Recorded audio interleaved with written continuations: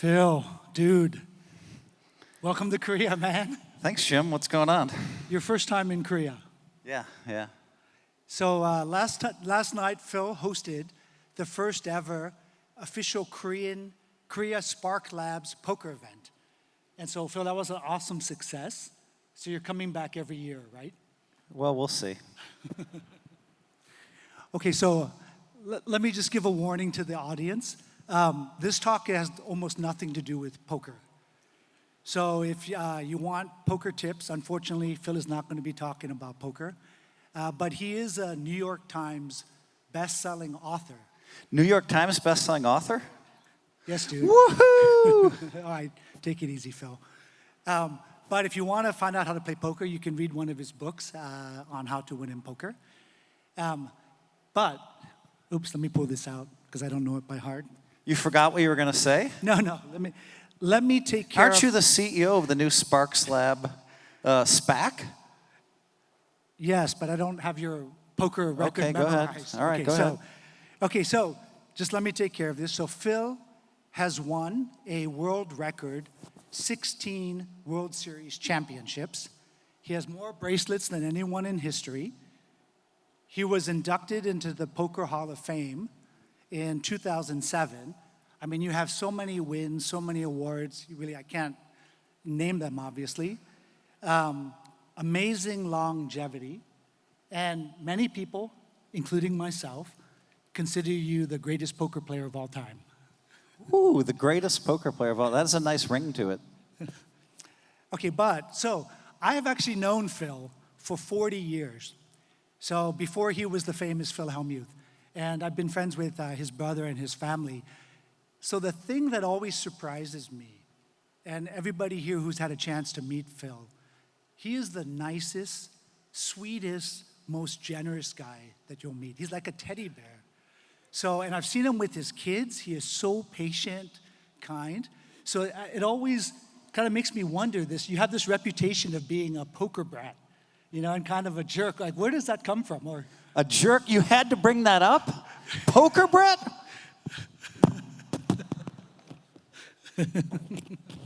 Yes, I can be a little poker bratty. I think what happens is sometimes the concept of justice. You think of justice and you play poker beautifully for 1 day, 2 days, 3 days, and then someone does something crazy and knocks you out. And I'm like, that's not fair. And I start da-da-da-da-da-da-da-da-da-da, swearing, getting upset. And then all of a sudden I have the reputation as the poker brat. You're probably the most YouTube poker player in the world. I'm sure there's a lot of clips of you. Sometimes I look and there's like 150 million views of me going crazy.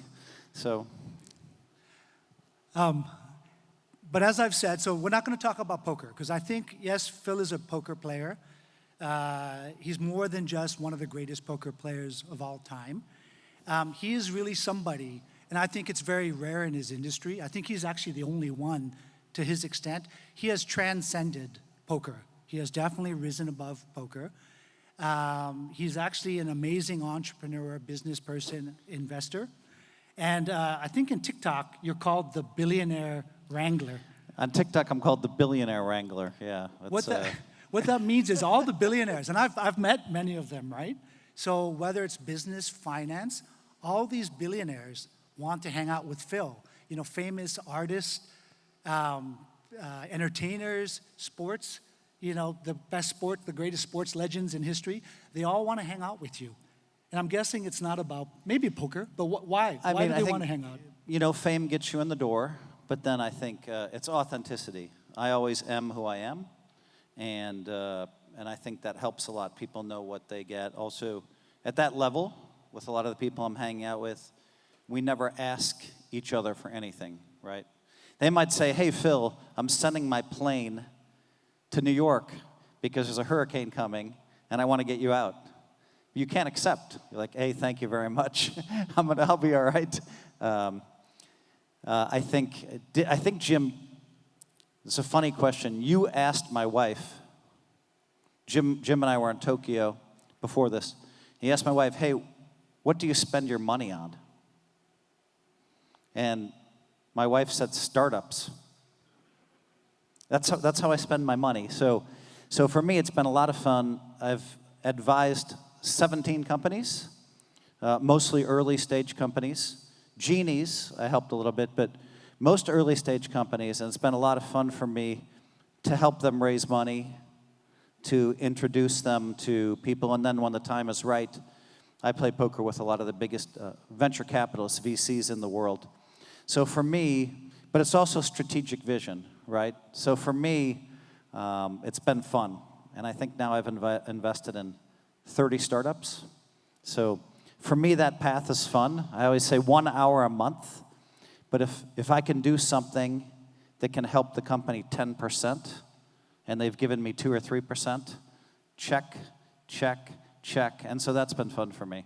And then you and I connected over, the SparkLabs SPAC, which is pretty fun. Yep, we're going to take a great company public, Phil, together. A SparkLabs company, presumably. Yeah.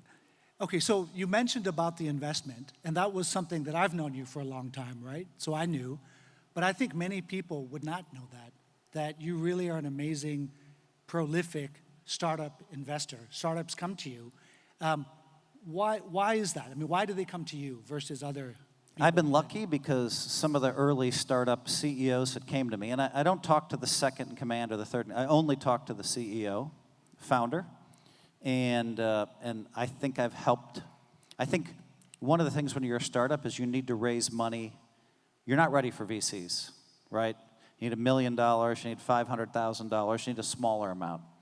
And so I have a network of investors in Chicago, New York, Miami, Texas, and the Bay Area that will put money into deals that I do. And so that's really helpful for the founders. That's maybe, and then strategic vision, right? So the first phone call, I see what they're doing, I like what they're doing, but the idea to me is super important, but not as important as the founder. And then my people skills can kick in, and I can evaluate, can this founder CEO grow this company into a $1 billion company? Yes or no? And then, spend a couple of hours on the phone with them. Then we'll meet a week later for a couple of hours on the phone. And usually by then they want me involved as an advisor. And then I have to determine, because I'm busy, I have to determine, is this something I want to do? No, and so the interesting thing, I know we were talking about this, but how do you make your decisions about investment? And I know it has to do with people first, right? Because you kind of judge the person. And if you believe in the person, then you invest. And I think that's a great message for any of the startup founders and companies we're even anybody in today. this room, I mean, like, you have to show a commitment, and I think my friend Bill Lee, who hates press, with one of the best businessmen in the world, who he would say that founders look into the abyss while chewing broken glass. That's what he said. It's a rough thing to do. And I applaud many of the people in the audience that are founding these companies because it's extraordinarily difficult. And I don't think that the founders get enough support from their family, A lot of family is, what are you doing? Family can almost be a hurdle sometimes. And then when they finally have a great day and they raise $5 million and they call their family's like, they think there's something wrong with their ego. It's hard. It's a really hard thing. So do you think, not talking necessarily about, how you play poker, but the skills that made you successful in poker, do you think that helps you when you kind of assess people, business partners and things like that? Or? Definitely. I mean, like, at the table, you have to understand if someone is weak or strong, and then have the heart and the discipline to make a great move based on what you think they have. And in the startup world, right, which I love, it's very similar.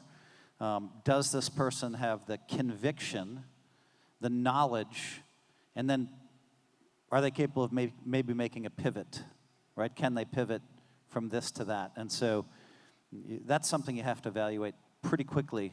And in poker, you have to evaluate it in minutes. At least you have a couple of weeks with some of the founders to evaluate that. So you don't have to name names, or you can name names if you want to. You play with all these very, very famous people. You know, obviously everybody here would know these people. Can you kind of give us an interesting story maybe of one of them, you know, and kind of, you know, playing poker with them? So I host the Golden State Warriors charity poker tournament every year. And, you know, Steph Curry, a fantastic poker player, fantastic at basketball, obviously. You know, one of the greatest of all time. Amazing golfer, but at poker, he's really good. So's Clay. And so a lot of the Warriors players come and play in our regular poker game. Draymond Green. So he's been in the press a little bit these last couple days. And he's just a great guy, great human being in person. And if he loses a big pot, it's like, okay, whatever, you know. But on the basketball court, he's a bit like me, right? Draymond Green is a basketball brat, right? And I'm a poker brat, so we kind of bond on that a little bit. Hey, Phil, so switching... You were with me in Chicago. Yeah. In Lake Geneva. And we raised a bunch of money for the SPAC from some of the, I call them the Chicago billionaires. And that was fun. And you played poker. And your wife, Kelly, was really worried that you were going to lose $10,000. Hi, Kelly. And, you know, what happened? You won $8,000, and I think she was thrilled. But that was just incredible, right? We're on a mansion on Lake Geneva where they have like, what do they have, like 6 boats, a staff. They have the mansion, they have the place next door. They have a barn full of video games, just filled with video games, apple orchard. And so that's one of those kind of weird spots. You know, and I always bring my sons, and we'll rave one and have fun. But yeah, that's the other side of it, right? That's the late stage stuff. So I've had a lot of fun in the startup ecosystem, but also I was involved in 3 SPACs, and that we successfully launched. I found the first company. What were the chances the poker player found the company? I called the founder and I said, hey, you know, they gave me a $2 million bonus. I said, did you think I was going to find the company? He's like, yeah, actually, I gave you a 10% chance. I was like, whatever. Well, so not to embarrass one of the SparkLabs founders, but, and for disclosure, so Bernard Moon, who's one of the founders, when I was starting this SPAC, I said, oh yeah, I'm going to bring Phil Hellmuth in, you know? And Bernard was like, Phil Hellmuth, the poker player? And then Phil, literally in 2 days, he reached out to his ecosystem and raised half our money like in 48 hours. And then Bernard was like, wow, that's pretty amazing. So. Well, that was fun because, yeah, they said, hey, Phil, we need $5 million, you know, in sponsorship money. And I said, okay, let me take a crack. And I'd never tried to raise $5 million before. And 48 hours later, it was sold out. And then people were coming to me and like, hey, we want to get this guy in and this guy in. And I'm like, no, sorry, we're full. But that was fun because I didn't know if I could do it. But the project also sold itself, you as CEO. And it just makes sense, right? SparkLabs has funded 460 companies, right? Seeded 460 companies. And you look at the A and the B and the C, and there's not much there, right, with SparkLabs. And now all of a sudden we're talking about, you know, potentially taking SparkLabs companies public. And yeah, hopefully I earned my, is Bernard here? Hopefully Bernard has a little respect for me by now. I don't know. Well, so any startups out there, no, this is, and I'm not even joking. If anybody has like a U.S., maybe, you know, North America interest strategy of expanding, you know, we'll definitely hook you up with Phil. I'm sure he can help out, you know. Yeah, it's been a lot of fun. I think one of the things the startup CEOs like is just the network that I have. So, one email away from some, you know, pretty fun people.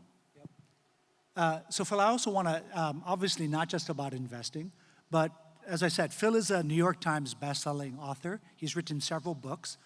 And so one book he's written is called Positivity. And, you know, if you look it up, buy it on, I guess it's not Amazon here, Coupang maybe they sell it.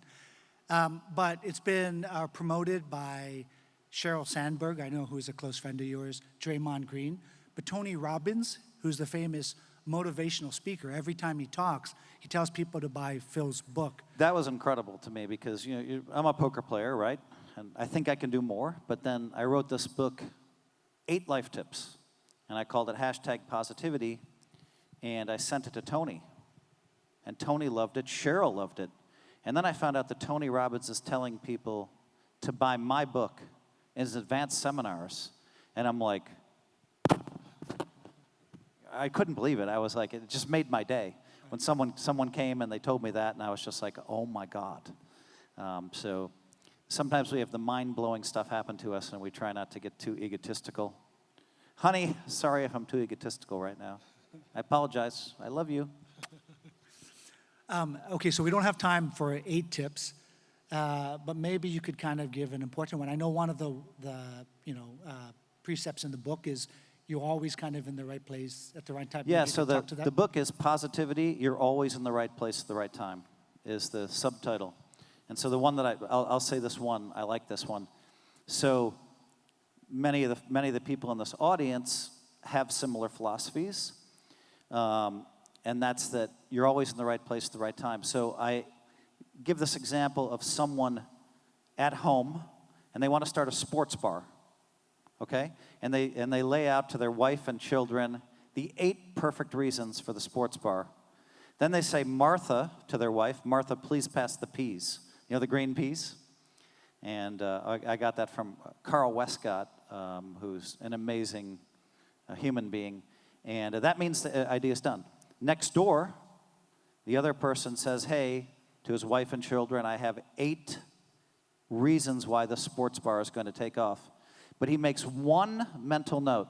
He's going to stop by his favorite sports bar on the way home from work the next day. So you can imagine walking into the sports bar. He opens the door, and anything can happen from there. So the one guy had the great idea, doesn't understand he's in the right place at the right time. The other guy had the great idea, and he acted on it. And behind that door, he could walk in. The bar owner could say, hey, maybe I'll sell you the bar. Maybe I'll help you raise money. So behind that door exists 8 more doors. And so the founders here all understand that, right? They've opened one door, they've opened the second door, now they've opened the third door, and they're moving forward and understanding that concept. But most of the world does not understand that they're in the right place at the right time every day. I mean, so basically you're saying don't be a victim. You know, there's always opportunity there. It's the winners and, the great business leaders. They take advantage of the opportunity that's always there, kind of. Correct. Yep. Okay, Phil, and any other in general, because obviously we're here with the SparkLabs, the new class. Any advice that you would give them? I mean, going forward? I think there is one other. So the 8 life tips, that's the first one. You're always in the right place at the right time. Act on it. Second one I like is to take your yearly goals. 23 goals, write it down on a piece of paper, and tape it to your bathroom mirror. That way every day you're thinking about that goal. And it's amazing, hundreds of people or thousands of people have used this tip and they achieve their number 1 goal and their number 2 goal. So you wake up in the morning when your mind is fresh and you're brushing your hair, you're brushing your teeth and you're combing your hair, and there's that list. 23 goals. And you're not going to actively read it every day, but some part of your mind is going to see that 3 weeks in. And it kind of makes you leave the house more focused on achieving the most important goal. And so that's another one from my book, a second tip of the 8. And any last thoughts? I know we're running out of time, but maybe last thoughts for just the people here or startup companies? No, I think being a startup founder and CEO is very difficult, and so I would encourage people, to not give up, but also, try to maintain a positive attitude. And I know how hard that is. Okay, thank you, everyone. Thanks, Phil. Welcome to Seoul again.